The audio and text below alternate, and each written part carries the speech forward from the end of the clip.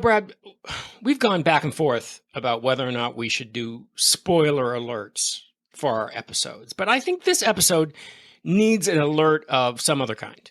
So not a spoiler. So what do you mean? Well, okay.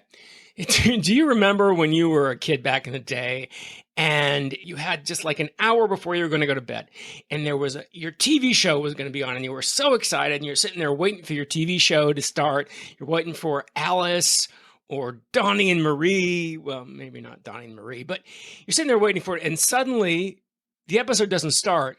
There's a black screen that comes up and then an ominous voice says, "Due to the mature subject matter of this episode, viewer discretion is advised." And usually those were very special episodes. Very special episodes. Well, I think this episode of Going Hollywood needs that kind of very special episode advisor. There's some touchy stuff in here. There is. And the movie that we're going to talk about, Scotty and the Secret History of Hollywood, based on Scotty Bowers' book, Full Service, does have some mature subject matter, and it might have some things which people find triggering or, it's for mature audiences, I guess I want to say. And I think we can say there's sexual abuse and things of that nature. Yes, things that people might find disturbing. So just keep that in mind, listener. We're giving you a listener discretion advised warning, but it's a fun episode. So if that bothers you, you have our permission to skip this week.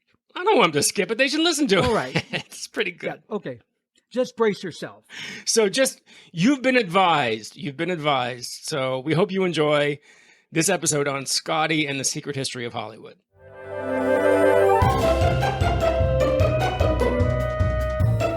Hello, I'm film historian Tony Maeda. And I'm Brad Shreve, who's just a guy who likes movies. We discuss movies and television from Hollywood's golden age. We go behind the scenes and share our opinions, too.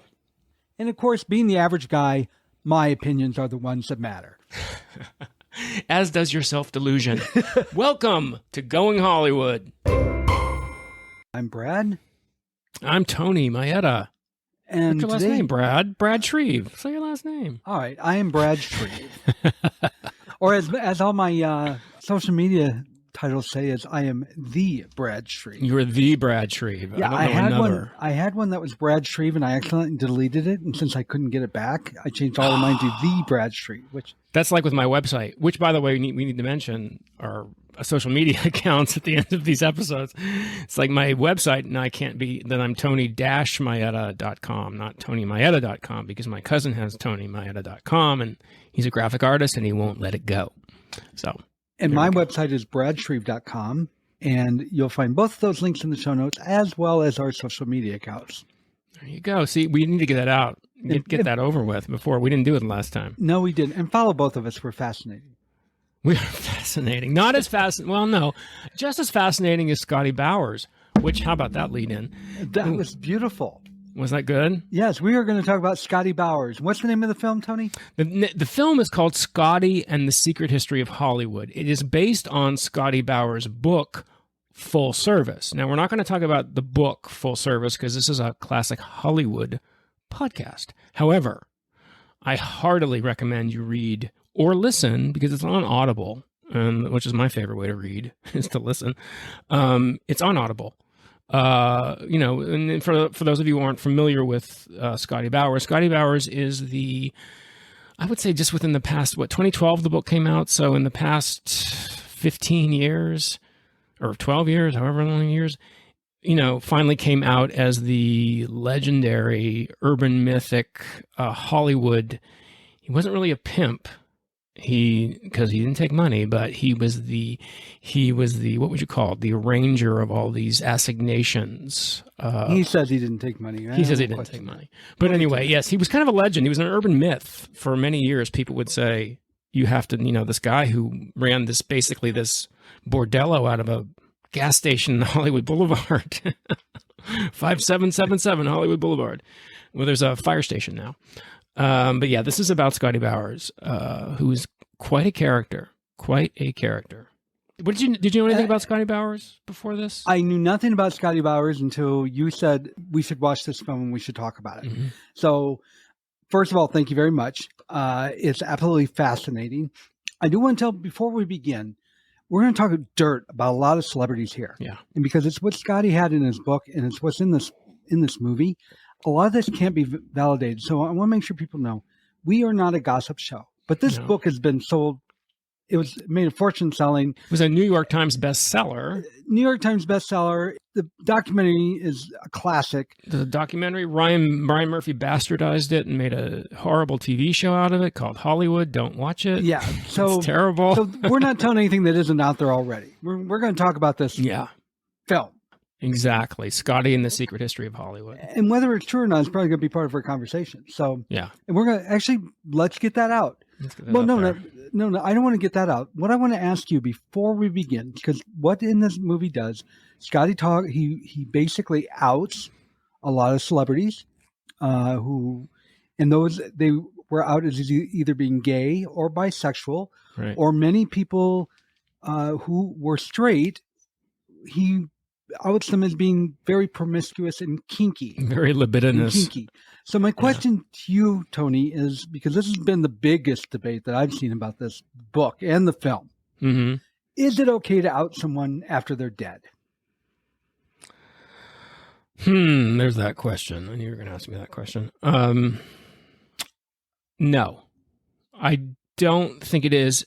However, and that's a big however, but this was common knowledge, and that's Scotty's line of defense when people say that to him, is this was common knowledge in Hollywood. It just wasn't common knowledge in Omaha.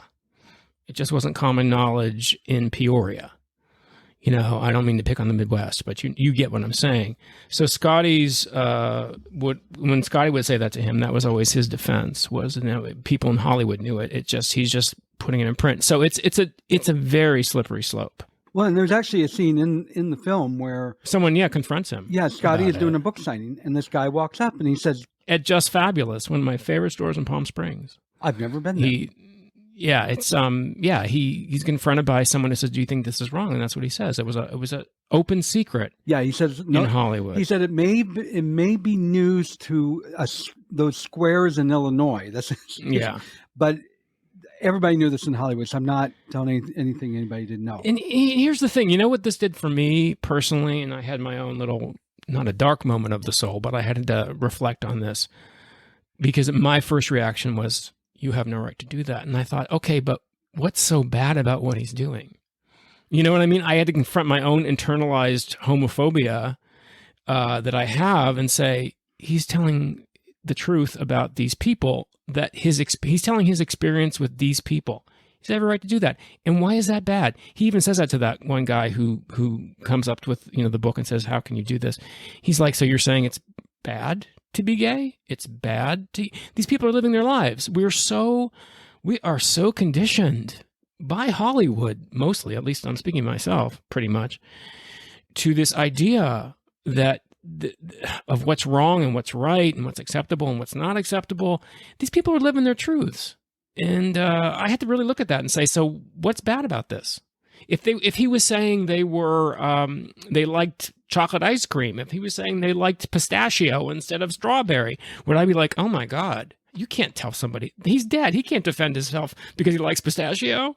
I mean, that's a stupid analogy, but you see what I'm saying? It's because of the shame that we put on it that it becomes like, how can you do that? Well, I'm going to tell you what I equate it to is Teddy Roosevelt, who interesting. Much of his presidency was in a wheelchair. Mm-hmm.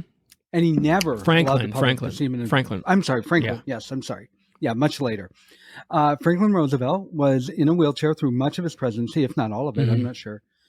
And he never allowed the public to see that. Mm-hmm. So they now want statues of him in his wheelchair, and many individuals that are in wheelchairs or handicapped in general are praising this. Like, we need... It's a great idea. A role model. It's great. And others are saying no, because he did not want people to see that during his lifetime. Shouldn't we honor that after his death? It makes... to me, it's a valid argument. It's remarkable. It just goes to show you that... that drives me crazy that people would be against that. It's showing you how much you can accomplish when you have these challenges. You know, it also shows we've come a long way, baby. We have come a long way. You know, we have a lot more further to go.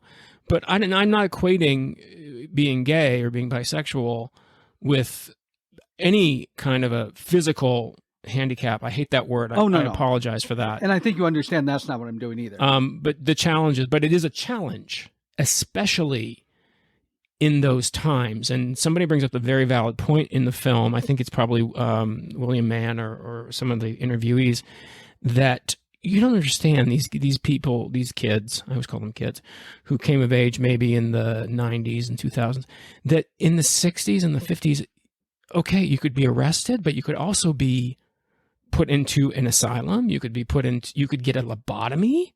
I mean, these things happen to people simply because they were hanging out in an all-male club. So what you're doing on Sunday Fun Day on Robertson Boulevard 30 plus years ago, well, maybe 40 plus years ago, could have gotten you thrown in Bellevue, could have gotten you thrown in jail, could have gotten your entire life destroyed for one afternoon at a bar or a club. Or even not even then, if you were hanging out at the beach, or you were, people would be stopped. People. Scotty talks about it being stopped on his way home from a party. It was an all-male party, minding his own business. Okay, you're coming from a party. Can you imagine driving down Rodeo Drive, 3 a.m. from a fabulous party in the hills, and you get pulled over by a policeman, and you're asked, "What party were you at?" Was it an all-male party? I mean, and he could have been thrown in jail now. And Scotty, of course, it turns it into a sexual experience, but that's Scotty Bowers. That's one of the reasons I love Scotty Bowers. But this happened. So people don't realize that. People don't realize how incredibly frightening it was for these people to be their authentic selves. We take it so for granted these days. Yeah, and going back to the Roosevelt analogy, I mean, being a gay man, I obviously don't think I have a handicap, though. I did it one time in my life. Sure. Now I embrace that. I couldn't imagine not being gay. But what I was equating it to is somebody choosing to keep something a secret in their lifetime, and should we do that? But let's talk about today. I mean, yeah. You're an actor. You're much more in the industry than I am. But I've been to enough parties where actors and actresses who I didn't know were gay, and they aren't out publicly. Yeah. So we see this. Like, I'm going to use Kevin Spacey. Mm-hmm. I mean, good God, everybody in Hollywood knew about Kevin Spacey before Kevin Spacey. Right, but they didn't in Peoria, and that's Scotty's point. But that's what I'm saying. Is that okay? I mean, I knew Kevin Spacey because I knew people that he was tossed out of the spa because he kept hitting on the guys. Yeah. I don't think it's weird because it's a slippery slope, as I said. If the person's dead or alive, is that really a criteria for it? I don't know. I think it's Kevin Spacey's truth to be told by Kevin Spacey until you statutory rape somebody, and then I agree. Everybody knows about it. I agree, but before it was out, I would never consider saying anything. Yes, I'm thinking more along the lines of, as an actor, and we touched on this a bit when I was on Queer We Are. About how it affects your career. That's right. The problem. So if you out an actor and it affects their ability to make a living because suddenly they're not going to be, but that whole mental thing about why can't a gay actor play a straight part and vice versa and all that bullshit, we got to get over that.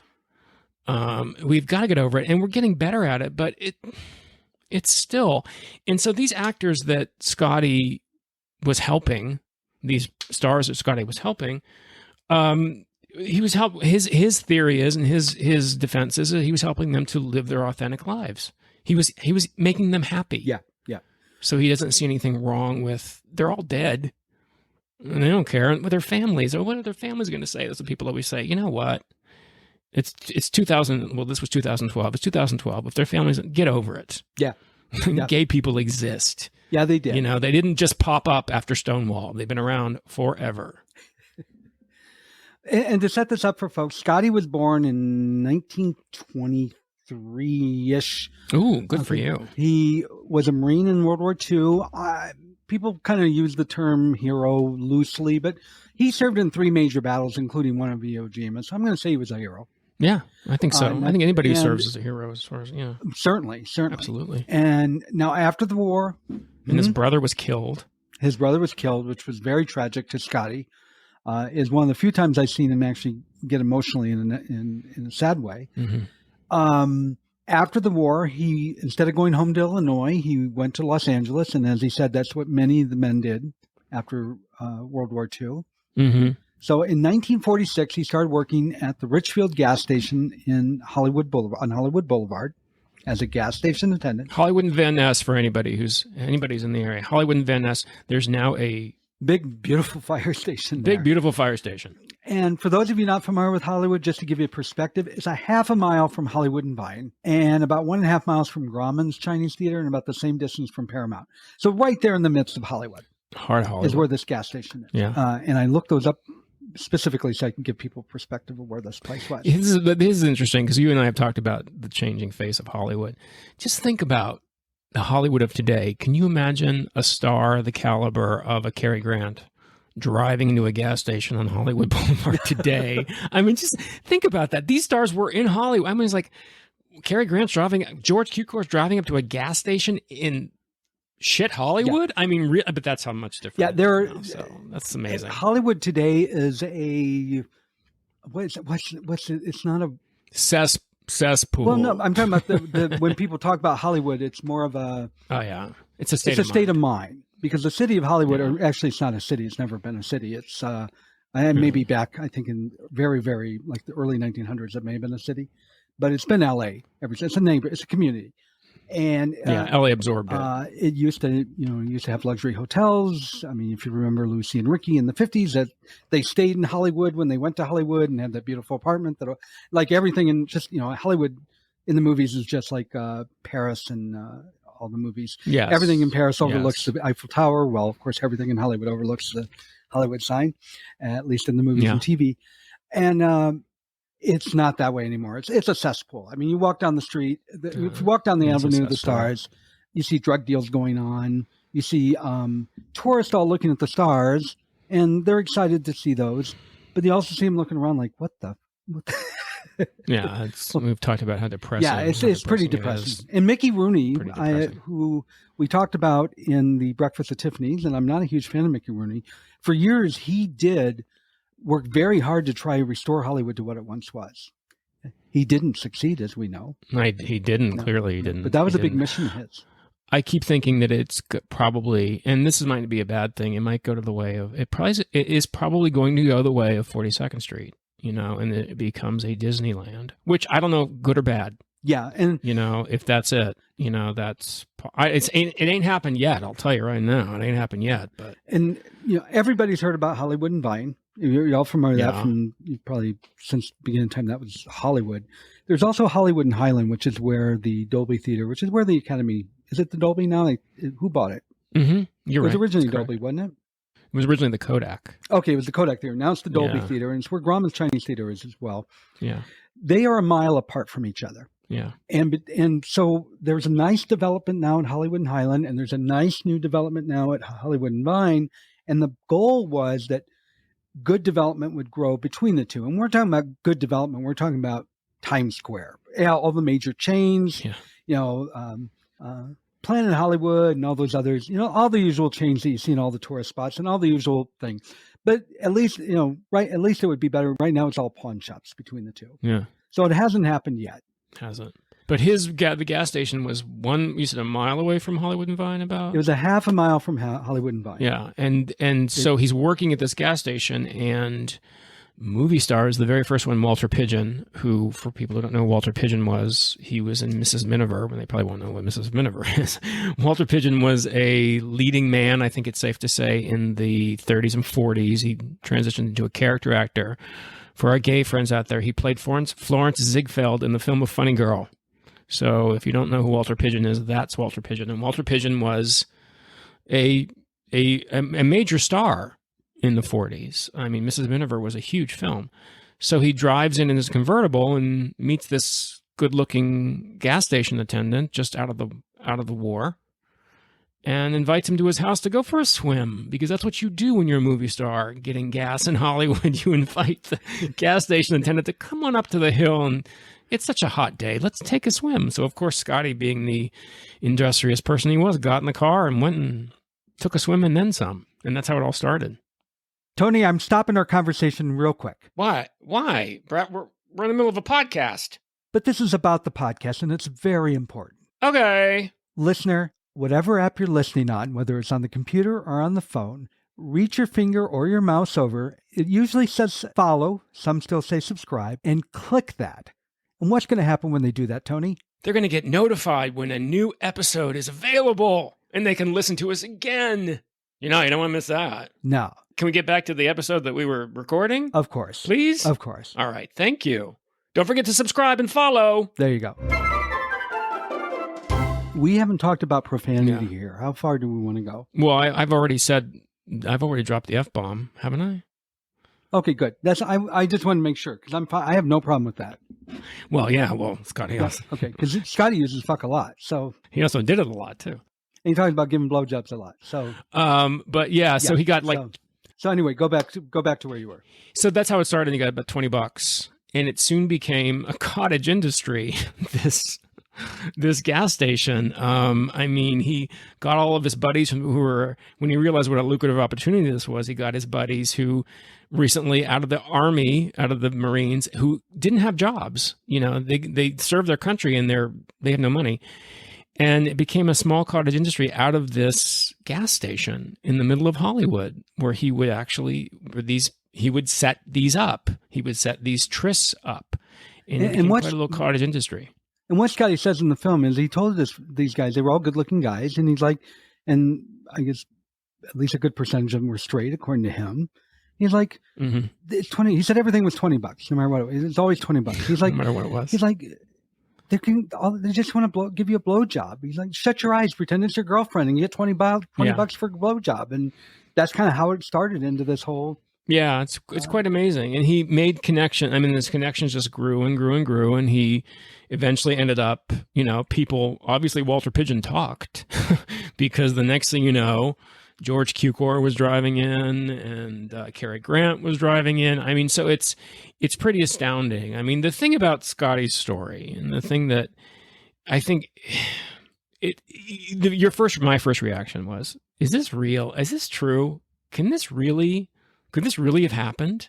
Because our idea of what Hollywood was and what it really was are so different. And, after you watch this film, or if you read Scotty's book, Full Service, or you watch this film, which we're talking about today, I believe him. The man doesn't seem to have a deceitful bone in his body except to himself. The only person he deceives is himself. Oh yeah, about things, which we can go into later about his past. But I can't see a reason why he would make such a bold-faced statement if it weren't true. I will say I believe most of it is true, especially since there were so many people involved in this. There were other guys hustling with him or doing sex work with him. And they're in the Sorry film. for those that get offended by the term hustler. They're in the film and they corroborate what he says. And if this was a lot of lies, even though the celebrities are dead, some people would have came forward and said, this is bullshit. Mm-hmm. And I have seen a couple of small articles, but not anything substantial. I will say and we'll get into it. Most of it, I believe, towards the end, he started really getting into more stories. Well, I'll say it. Like he talked about when he was a young boy, that he was hooking up his lesbian teacher at the age of 11. And there were other things like that. I'm like, okay, this is starting to get past believability here because he pretty much made it sound like everybody was fucking everybody. And it is Hollywood, and Hollywood's known for its pretty crazy days. And he talks about how it used to be very conservative, and it was. But he does stretch it a bit to me. I don't know if I believe all of it. I do believe most of it. Mm. I do believe most of it. And I know the 11-year-old pimping out his, Yeah, come on. Especially his age. Well, if he was probably around 10ish, he said. So we're talking about in the mid-30s. He said he was 11, 12. Okay, so it would have been the mid-30s. And he has a teacher who he happens to know is a lesbian, and he's pimping people out. I don't know. That kind of stretches it, especially because he was a small town. But if you notice, he also says when Matt, the filmmaker, asked him, how old were you? And he goes, I was 11. Because he was talking about the girl he was hooking up with at 11. And then it's revealed that, well, he's been sexually active. He was basically groomed by a neighbor when he was 6 or 7 years old. And the thing about Scotty is that he doesn't see anything wrong with that. It doesn't occur to him. He keeps saying, I wanted it. I wanted it to happen. I wanted it. And it's like, but you're at 6 and 7. You don't even know. I mean, that's just, it doesn't occur to him. Yeah. And is that denial? Is that, is he just saying, that's trauma? He doesn't realize it. But are we judging that? I mean, I don't know. It's a very strange thing. His reaction to the fact that he was molested and sexually assaulted at so young. I watched this with my husband, Maurice, and when he was talking about being molested or what we consider being molested at that age, and that, it was no big deal. I don't know why people make a big deal. He and I were just cringing. Like, yeah, it is kind of cringy. Yeah. First of all, it doesn't make our community look very good. Second of all, it is creepy. It's very creepy. It's very cringy. It's very wrong. But if you notice, it was married men and priests who were molesting him. So I do not take that on our quote unquote community. I take that on, homophobia. The first guy he talks about in the film who molested him was his neighbor who was married and had kids that he played with. And then the second guy was a priest, and he serviced a lot of priests in Chicago. So it's just like, okay, well, there you go, Catholic Church. Well done again. Yeah. And I'm going to say my theory on priests. If you're devout Catholic and you're told that being gay is a sin and you shouldn't act upon it, you become a priest. Yeah, because true. Then you don't have to act out sexually. Yeah, that's it exactly. You try not to. You try not to. Obviously, not many have succeeded at that. We know what happens. So anyway, that's all within saying that he's very If he's in denial about anything, he's in denial about what that might have done to his psyche, but it also enabled him to do what he did later in his life with such ease and non-judgment. He's the most non-judgmental person, I've ever seen. And well, that is for sure. I mean, and I love it when he said, people ask, because he's married to a woman during this film, and he was married before, and he talks about all this sex with men, and he said, people ask me what I am. I'm everything. Or does he say I'm nothing? Either one. Yeah, I think he says I'm everything. I think he says I'm everything. I'm everything. Yeah. What's interesting about the film, as opposed to the book, is the film is his life after the book came out, and his wife plays a big part in the film, and she didn't know anything about this when they got married. Can you imagine? And she says, at one point, if I had known about this, maybe I wouldn't have gotten married. And she looks right at him, and it's so there's a great deal of pain with her. And I agree with you. I mean, she seems pained throughout this whole thing. I mean, she does not seem happy. Yes. But my feeling is, even whether she cared or not, he didn't give her the opportunity to decide whether. Exactly. And that's where she seemed most concerned. He comes out with this major bestseller. Plus, he's a hoarder. Yeah. Plus, they can't even move. Yeah. I mean, that's the thing. I was listening to somebody was talking about the film, and they said that it's kind of like Grey Gardens, which of course my back went up. I was like, what are you saying about Grey Gardens? Don't tell me about Grey Gardens. Yeah, but he's kind of living like Grey Gardens in the fact that he's hoarding. I mean, you can't even move in his. He has like 3 houses, in storage spaces, and that he inherited different things, and so this guy clearly has some mental challenges. Oh, big time. It's like an episode of Hoarders. Some of those visits, he goes to his storage units, and he's like, "Oh, you never know when you're going to use this," and he's picking up toilets on the side of the street.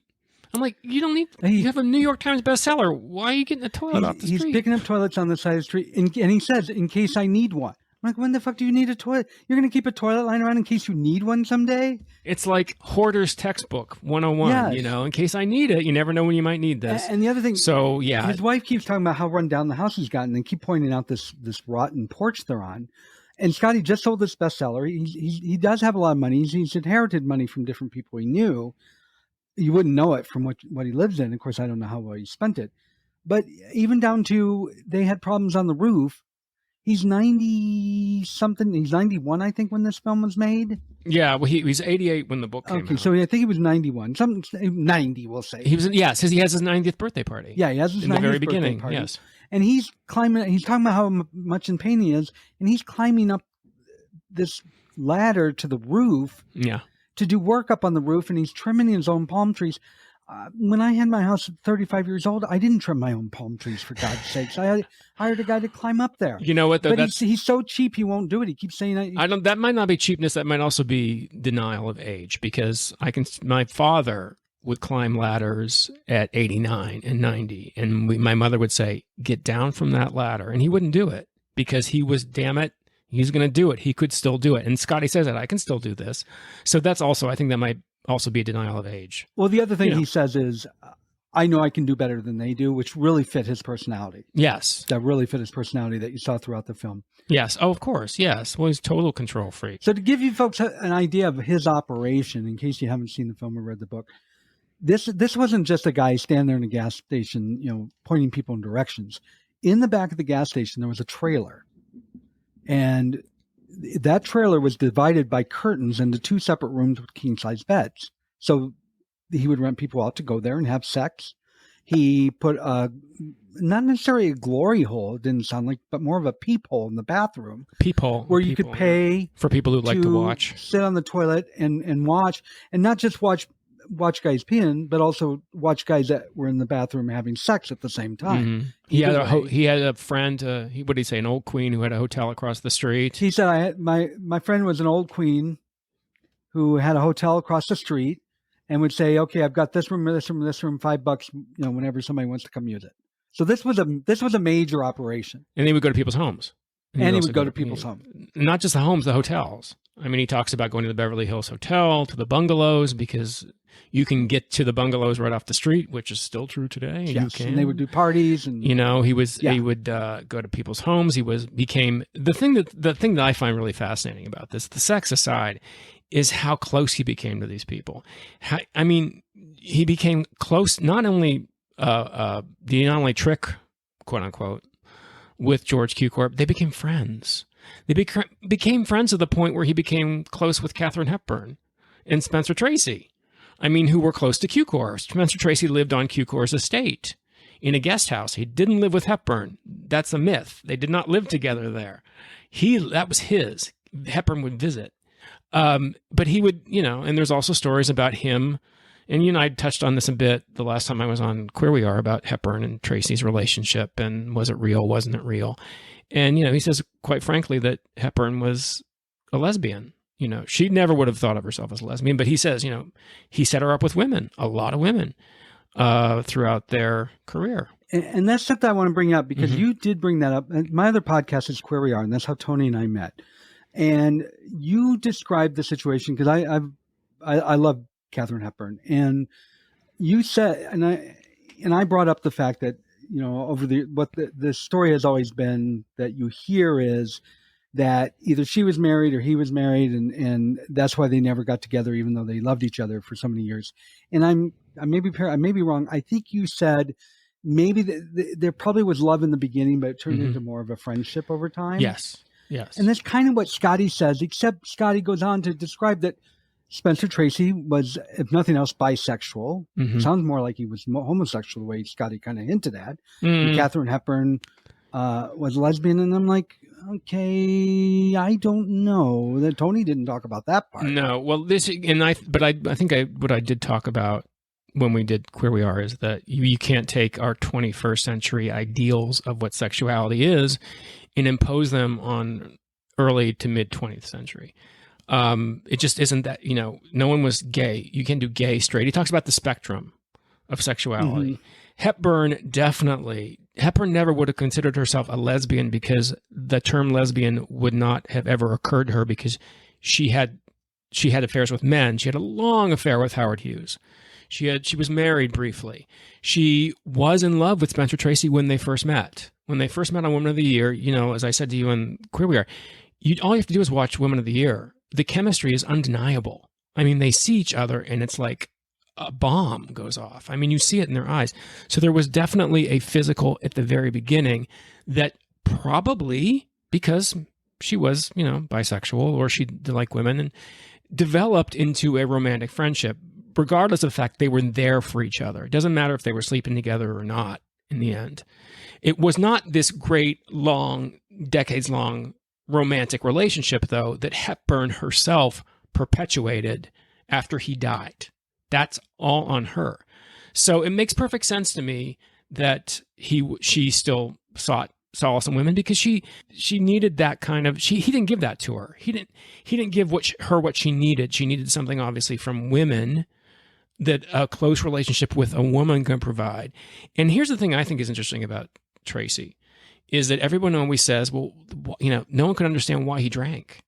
Why was he drinking? She questions, why is he drinking? Why is he drinking? He's the biggest, he's the actor's actor. No one was more respected in Hollywood by his peers than Spencer Tracy was. Why is this man so tortured? Well, it makes perfect sense to me that if you're Catholic and you're married and you find you have attraction to men and everyone is telling you that's wrong and you're going to burn in hell, of course you're a little tortured. So that actually makes a lot of sense to me.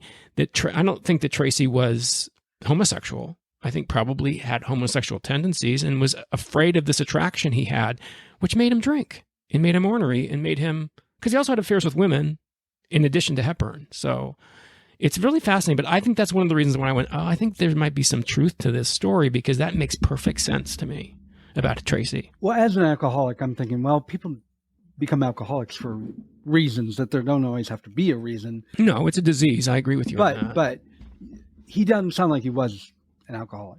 Yeah, that is not for me to judge. But it sounds more like he had a drinking problem, which is different. Well, he would go on binges. He would disappear. Yeah. He would go on binges. He was, when Scotty talks about in the movie that he would, that's when he would have sex. I heard someone refer to him as a blow and go guy. I guess that's what the kids are calling it now. One of these guys who said, Christ, and they'd say it in the boys in the band, Christ, I was so drunk last night. I don't remember what happened. And that was Tracy's MO with Scotty, was he would invite, Scotty would come over just to spend time with him and they would drink, or Tracy would drink. And then he would say, don't go, hang out with me. And then of course, one thing led to another. And then the next morning, nobody remembered anything. Well, Scotty remembered it and he wrote it down clearly in this book. You were talking about his friendships with these folks. And I got to say, this is one of the things that kind of stretches my believability. What he said is, if he was just pimping out and having sex, it would be one thing. But the fact that he pretty much puts himself as really hanging out and having these great friendships with all these people, it seems to me like it would have come out a little more than it did. Oh, what do you mean? People would know about it? It wouldn't be such a big secret. Yeah, more people would know about it. It wouldn't be such a hidden secret. Well, I think people did know about it. I think he was an urban legend for many, many years. I remember hearing about him before I met him. I went to Tony Sharmely, who is the director, whose house he goes to, who has the Emmys, when he points out the Emmys. Tony Sharmely was a director, a choreographer, award-winning work with Mitzi Gaynor and Debbie Reynolds. And Tony Sharmely would have these parties, and Scotty was a good friend of Tony Sharmely's. And I can remember being at a 4th of July party, and I didn't know who Scotty was, but he was there. And, there was this urban legend about this guy who was basically, they called him the pimp to the stars, but he claims he wasn't a pimp. So it was out there, but just like the stories of these, it just wasn't out there in Peoria. It just wasn't out there in Chicago. It was known in Hollywood. So he's kind of like an urban myth, an urban legend that came to life when he wrote this book. People had been urging him to write this book, but he didn't, for whatever reason, normal reasons, he was hesitant because he didn't want people to say exactly what they said, like, how can you do this? So yeah, he was around.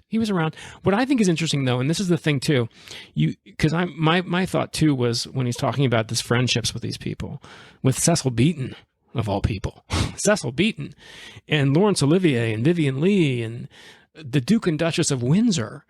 But if you think about it for a minute, if you see a way to get an itch scratched, which you're just dying to get this itch scratched, and somebody's offering you a way which is easy and reliable and is not going to cause a fuss, you're going to go to that. So naturally he was embraced because they trusted him, and they knew they could get their needs satisfied very easily with this man. So of course they're going to embrace him.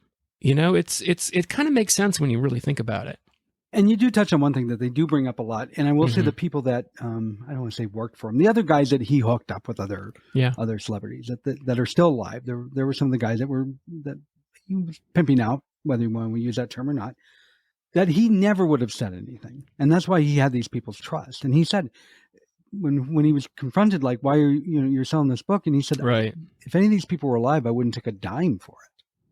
And it seemed like people really believed, the people that were around him were like, Scotty never talked. Yeah. Yeah. And I don't know that he could have gotten these people to corroborate his stories, you know what I mean, on film. You know, those two gentlemen, the guy, it's so funny, the one who talked about Paul Lynde. Yes. You know, being, you know, how mean he was, which I've always heard about Paul Lynde. There's another thing that's... Paul Lynde had a drinking problem, so yeah, definitely. He would get nasty, yeah. He was a mean out, but he was also a closeted gay man. Paul Lynde was gay? That closet was like, you know, the sports arena. It was so big. No, I think that another thing that to me lends credibility to Scotty's story is that he also brings up people like Paul Lynde, like Charles Lawton, who we know were gay, who was documented. Mm-hmm. It's not just Scotty. So he peppers the bombshells of a Tracy and Hepburn with with a Cole Porter, with a Charles Lawton, you know, with people that we know were gay. And I think or a Rock Hudson, God knows. You know, we're at this point right now where we forget what a bombshell it was that Rock Hudson was gay to most of the world. Yeah. When he died. But I remember that. And I remember that people were shocked, you know, but they weren't in Hollywood. They knew it, you know. Well, yeah, it was so well known in Hollywood. There have been rumors that Rock Hudson and Jim Nabors remember that. Were married. And the reason why that rumor exists was back late 60s, early 70s, way before Rock Hudson was outed by Armistead Maupin. The reason that rumor existed, there were these guys that had parties every year, and they always made up what the party was. There was like, this is a party to celebrate such and such. Mm-hmm. And one year they said it was because Rock Hudson and Jim Nabors it was to celebrate their marriage. Right. And it's because it was that well known. Everybody knew that both of those men were gay. Yeah. So you're right. None of this was a secret. Yeah. And he peppers in there, you know, the Cary Grant and Randolph Scott thing, which you and I briefly discussed. You mean the swinging bachelors and their pads? The swinging bachelor pads, you know, which were clearly like, they were publicity photos, so they were no proof, you know, it wasn't in it at all. But yeah, Cary Grant, when we talked about this, Cary Grant lived with Ori Kelly, who is a very famous costume designer, when he was Archie Leach in New York, you know, and Ori Kelly talks about it in his book. You know, it's just people live long lives and have lots of experiences.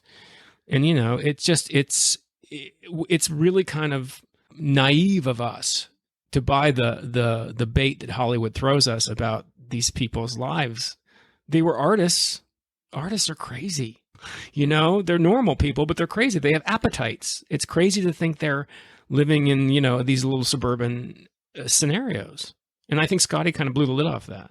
And one thing he brought up that did seem very real to me is he did bring up that Cary Grant and Ori Kelly were a couple, and that he dropped Ori like a rock when he met Randolph Scott because of the reason that Ori Kelly was known to be gay. He was flamboyant, and it was no secret.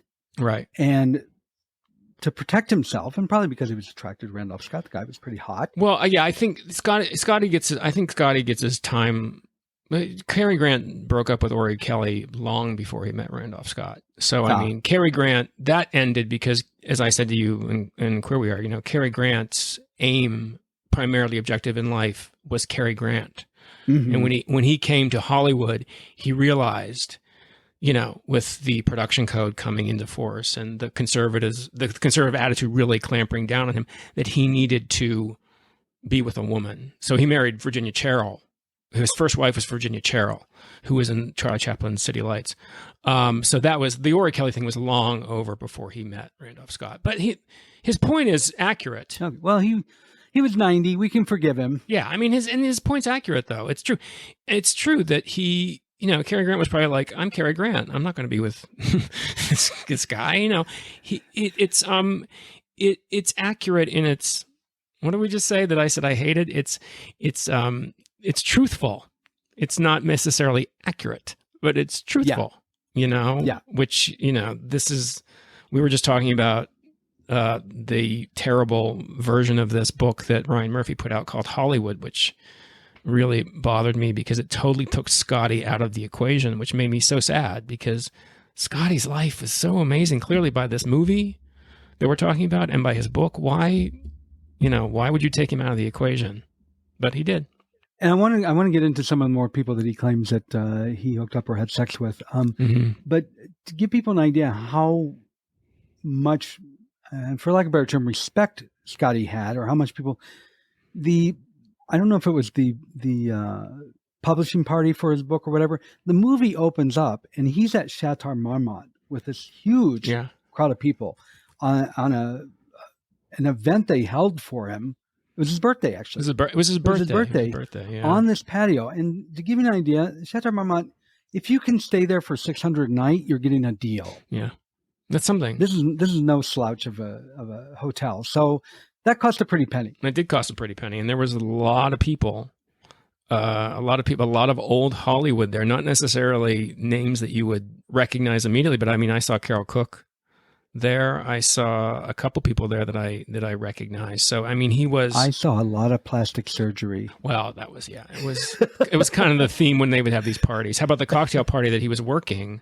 He was the cocktail host for, where he was working in the party that was later, and you saw a lot of that too. It's a fact of Hollywood. Unfortunately, nobody wants to grow older. That's just the way it is. But he's pretty remarkable at 90, 92 when this film was made. I really admire how brave he is, and just in his personal life, not necessarily, and his non-judgment. Yes, I think there's problems there with what he had in his past and his, but it's his life. You know what? It's his life. He gets to write the story. We don't. Yeah, and I already mentioned he made me sad in many ways, and we can even get more into that. We kind of mentioned him, and we can get more into him.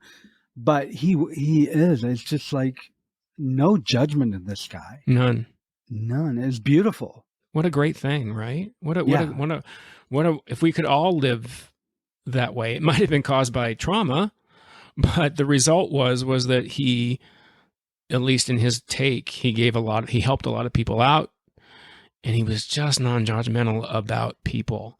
And he's a people pleaser. So it's a total people pleaser. Yeah, he's a people pleaser. So there could be lots of reasons why somebody's a people pleaser, but he didn't seem like he hurt a fly. So no, it's kind of remarkable to me too that he survived AIDS. That to me, when AIDS came along in this story, I was like, oh God. Well, he said he was lucky. I wasn't out during the AIDS crisis. I wasn't celibate. We'll put it that way. But I wasn't out. But I have numerous friends that survived the AIDS crisis. Some of them survived with AIDS, or with HIV, but some didn't catch it all. And like he said, they're lucky. Yeah, they're lucky. Some people just got lucky. He also said that destroyed his business. Well, because it just wasn't safe anymore. It might have been time to retire too. I mean, he was. Yeah. He was doing other things, but yeah, he was I can't believe he still bartended at 90. I mean, God, my bartending days were way long ago, and I'm not near 90 yet. Not yet. I find it really interesting that, as we mentioned, that he said he was everything because he was so bisexual, and he does list off Walter Pigeon and Charles Lawton and Spencer Tracy, Noel Coward, and he talks about having women hook up with Katharine Hepburn, but he also talks about having sex with other women. Because in addition to saying he had a three-way with Randolph Scott and Rock Hudson, which I initially thought, well, God, did they really have to have three-ways with him? They went to these parties. But if you saw the pictures of Scotty when he was in that era, he was no slouch. No. So he was pretty hot. He was, yes. And gifted. Yes. Blessed, we call it. But he had a three-way with Lana Turner and Ava Gardner. That was very funny. And that ended up in Confidential. See, that's the thing. That ends up that was an interesting point. I'm glad you brought that up. Confidential magazine, which was, as he says very astutely, the National Enquirer of its day, whose goal it was to expose people's sexual secrets. Destroy lives was their goal. Destroy lives. Liberace sued them. They Tab Hunter had issues with Confidential. Maureen O'Hara sued them. I mean, it's crazy. This magazine was out to destroy lives. And there's that story about the man that the night of passion. Is that what the Confidential thinks that Lana and Ava shared? And it was Scotty, and he refused to sign verify the accuracy of it. And they would pay him for it because he said they did pay other guys to do it. They paid other guys to do it, yeah. And he said no. So you got to admire that. I mean, this man could have, $1,000 in 1958 or whenever that was, 57, 58. It was quite a chunk of change. And well, it's a chunk of change, but and easier than doing $20 a pop for sex.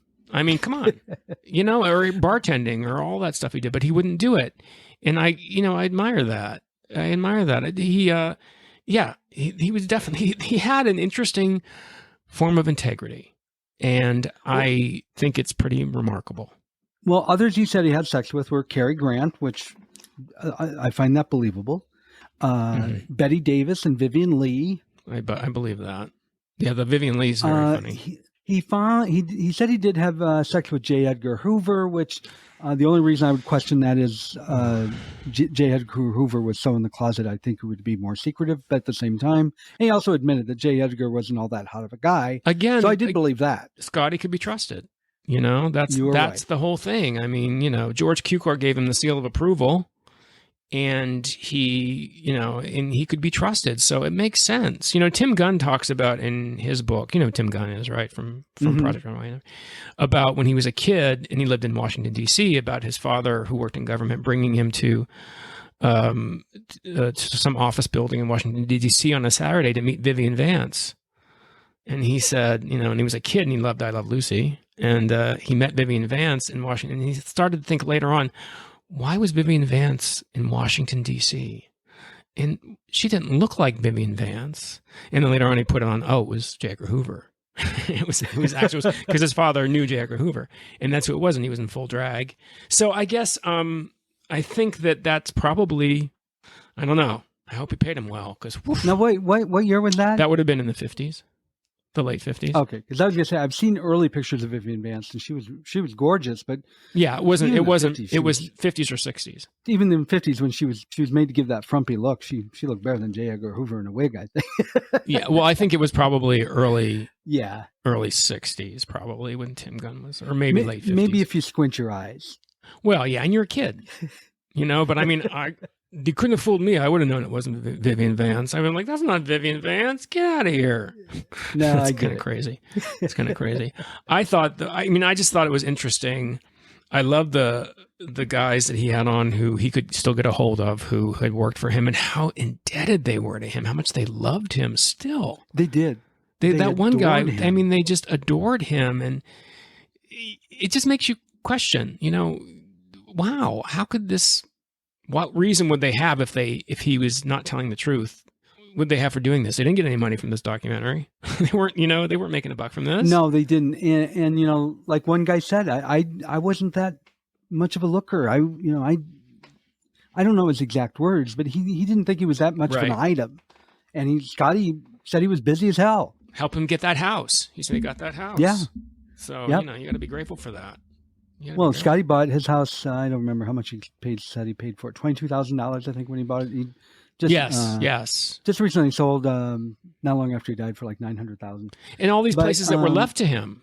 Corbin Burnson's godfather. He lived in that house, the guy Beach he was talking about, who was the kind of the B movie actor, C movie actor, who left him all these properties. He's Corbin Burnson's from LA Law. Corbin Burnson's godfather. Talks about it, and he loved Scotty. He was in love with Scotty, and he left him all these properties when he died, and he was still getting residual checks from this guy. Yeah, he's getting residual checks for different actors and so stuff. It's pretty amazing. And then we talked about Scotty being kind of a sad character, and that's one of the things that really depressed me here.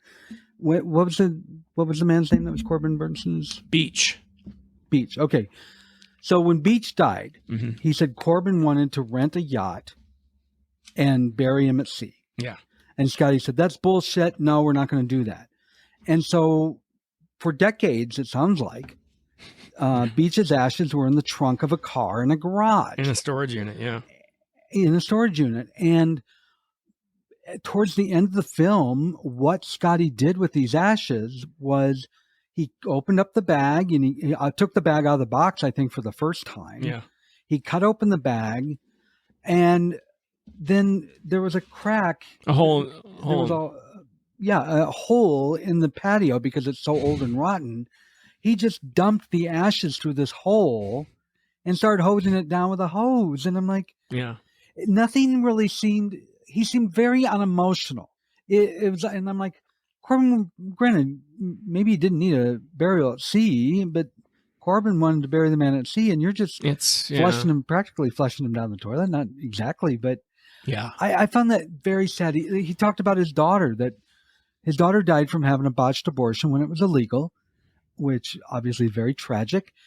And he said, I was on my way to Malibu, and I just continue what I was doing. I don't get this bullshit. People saying they're sick and don't fulfill their duties.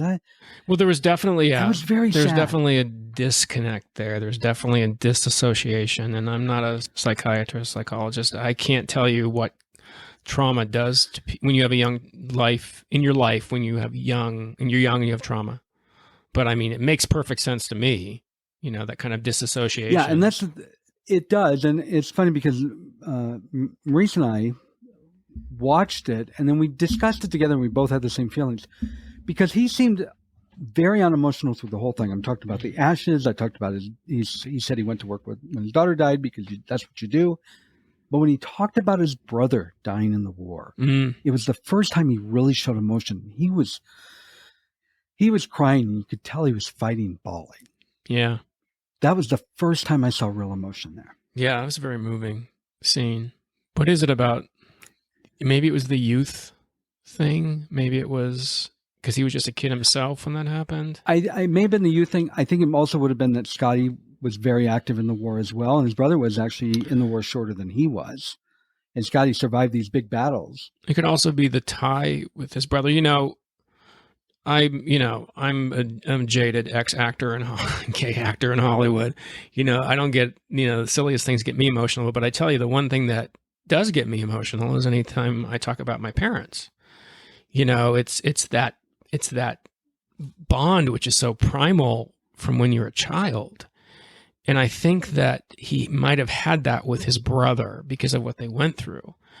I don't know. Like I said, I'm not a psychologist. I don't understand, what makes him get emotional about that as opposed to his daughter, who he clearly states he wasn't there enough.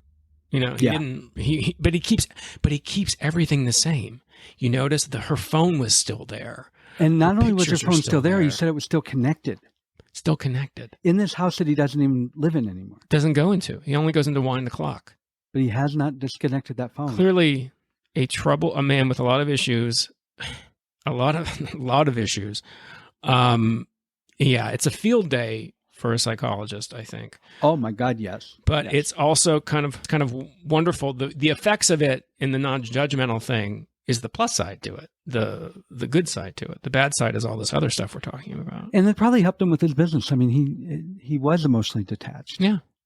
Yeah, absolutely. It's like a doctor.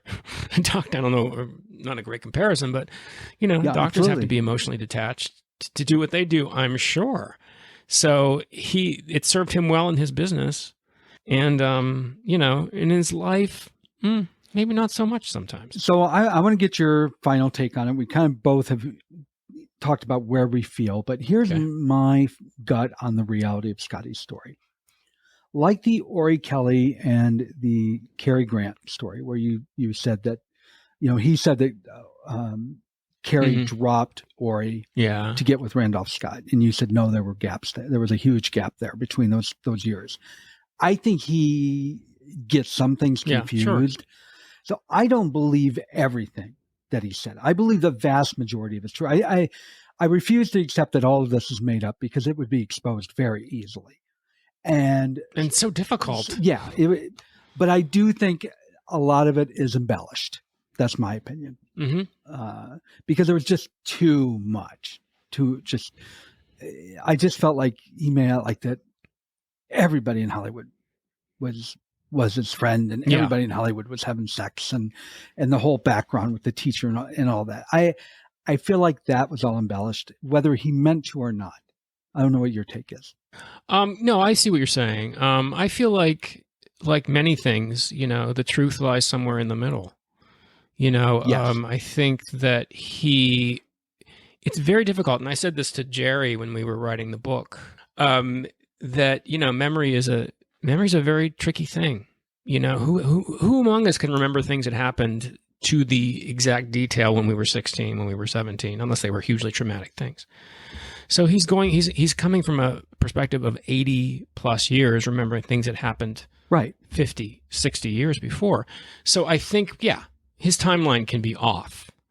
But, the essence of it, I think is true. I think maybe he got dates mixed up. It's truth versus accuracy.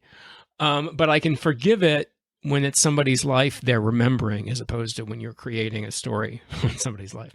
So it's his life he's remembering, Yeah, and I agree. And there's so many things I've learned. There's very little that people can do that shock me. Yeah. But I think the positive thing about this is, and what I love about Scotty Bowers' book and this movie, Scotty and the Secret History of Hollywood, is taking away the fact that we're all human beings who have needs, who have desires, who have urges. And how wonderful that there was this kind of like Peter Pan type character who helped these people out in a time when it was not only scary to be your true self, but could get you in jail and could get you killed and could get you in a mental institution. So how wonderful. What a wonderful kind of fairy tale for him. No pun intended. And back to where I started was whether it's right or not to out people after they're dead. I don't remember who the gentleman was. He was interviewed quite a bit. He was an elderly gentleman. I think he may have been a film critic or something of that nature. He frequently was defending Scotty, saying that these are people that couldn't come out at the time, and Scott's giving, in a sense, giving them the freedom that they didn't have. Yeah. Yeah, they couldn't enjoy it at the time. Yeah. That's just an unfortunate fact of Hollywood. Yeah. And it's still, we talked about this a bit. It's still happening, man. It's still there today. There's a lot more gay actors in Hollywood than are out gay actors. For every Neil Patrick Harris and every Russell Tovey, there are dozens who are not out because they know what it could do to their careers. Yeah, still. You are 100% correct there. That is for sure. Yeah. Well, this was fun. I like talking about Scotty. It was fun. I really enjoyed this. Yeah. I enjoyed talking about this one. So again, the link for Tony's website and my website and the link for the show's website, which is part of Tony's, as well as our social media, are all in the show notes. And go watch this movie. It's on Amazon. Scotty and the Secret History of Hollywood.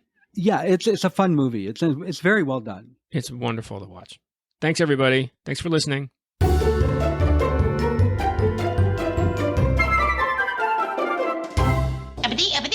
That's all, folks.